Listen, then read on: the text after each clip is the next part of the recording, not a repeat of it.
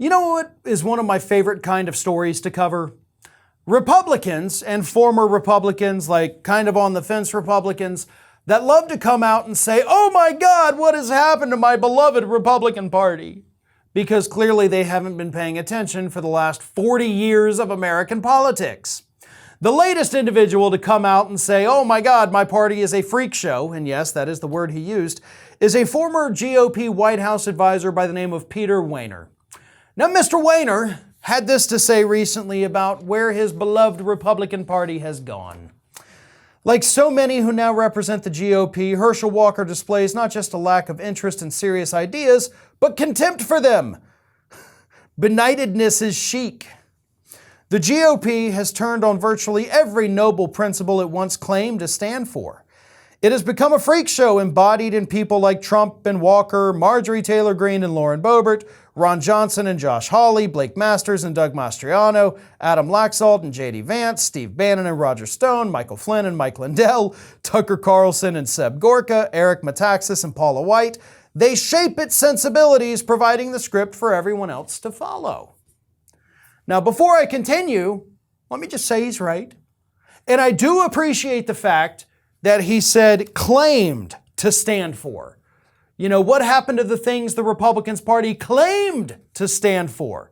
He didn't say what happened to the things that we used to stand for, because he knows the Republican Party's never actually stood for things. They've just claimed to. He continues. Whatever you thought about the GOP pre-Trump, and it may be that the ugliness was much closer to the surface than I wanted to acknowledge at the time, the Republican Party is today much more conspiracy-minded, anti-democratic, and anti-truth. This worries me because I love my country, and it disheartens me because I once admired my party. Today, however, because of its diseased state, the most urgent political task is to defeat it in the hopes of eventually rebuilding it. Now, typically, this is the point where I would say, "Where have you been for the last 40 years?" But I can't even do that on this one. Because Mr. Wehner here actually gets it. Like when he said this part, and it may be that the ugliness was much closer to the surface than I wanted to acknowledge at the time. That shows that he gets it, right? That he does understand what has been happening for the last 40 years. He basically says, listen, I probably went through with blinders. Okay, I know that my party never stood for the things that it claimed to stand for, but at least we claim to stand for things. We don't even have that anymore. So I do, for the first time, I will commend Peter Wehner for making these comments.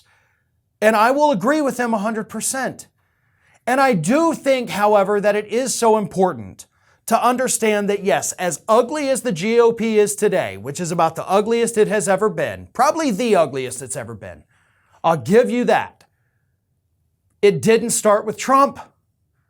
It didn't start with Trump, okay?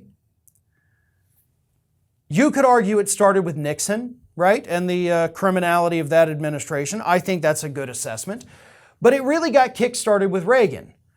Reagan launched his presidential campaign on racism, okay? Go back and look at that. That is exactly how Ronald Reagan came to power, by invoking racism in the South as part of the Southern strategy. That forever changed politics. Now, at the same time, if you've ever read or talked to Frank Schaeffer, whose father helped create the religious right, at the very same time that Reagan was invoking the racism, you had the religious right begin to form and push the issue of culture war abortion issues. When those two things teamed up, religion and racism, the modern day Republican Party was formed. We're killing unions, we're cutting taxes on the wealthy, we're going to cause a couple recessions here and there, but whatever happens, happens, right? We're going to cut social safety net programs, and we're going to let corporations do whatever the hell they want. We're going to pack the courts. And that was the death of the middle class. That put us on this path to have a nincompoop like Reagan as our president.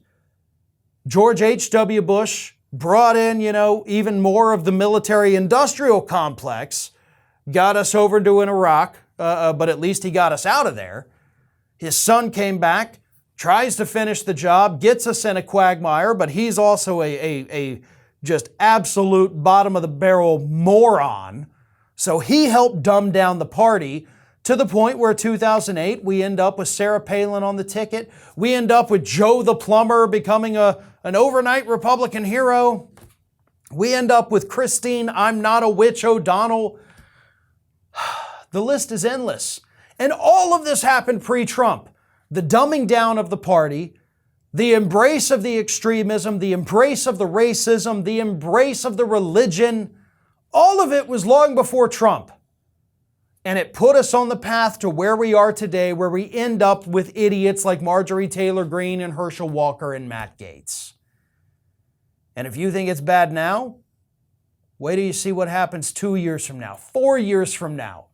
Because every cycle it gets worse. And we're going to look back at 2022 in a couple years and say, wow, remember when that was the level of craziness and now we've got these, circus freaks out there running for Congress? I wish we could go back to 2022. We'll be saying that, mark my words. Because as bad as it is, it's going to get much worse in the future. This is Hattie. Hattie wants to know why you have not subscribed to our channel. You obviously like our videos, so do us a favor and subscribe.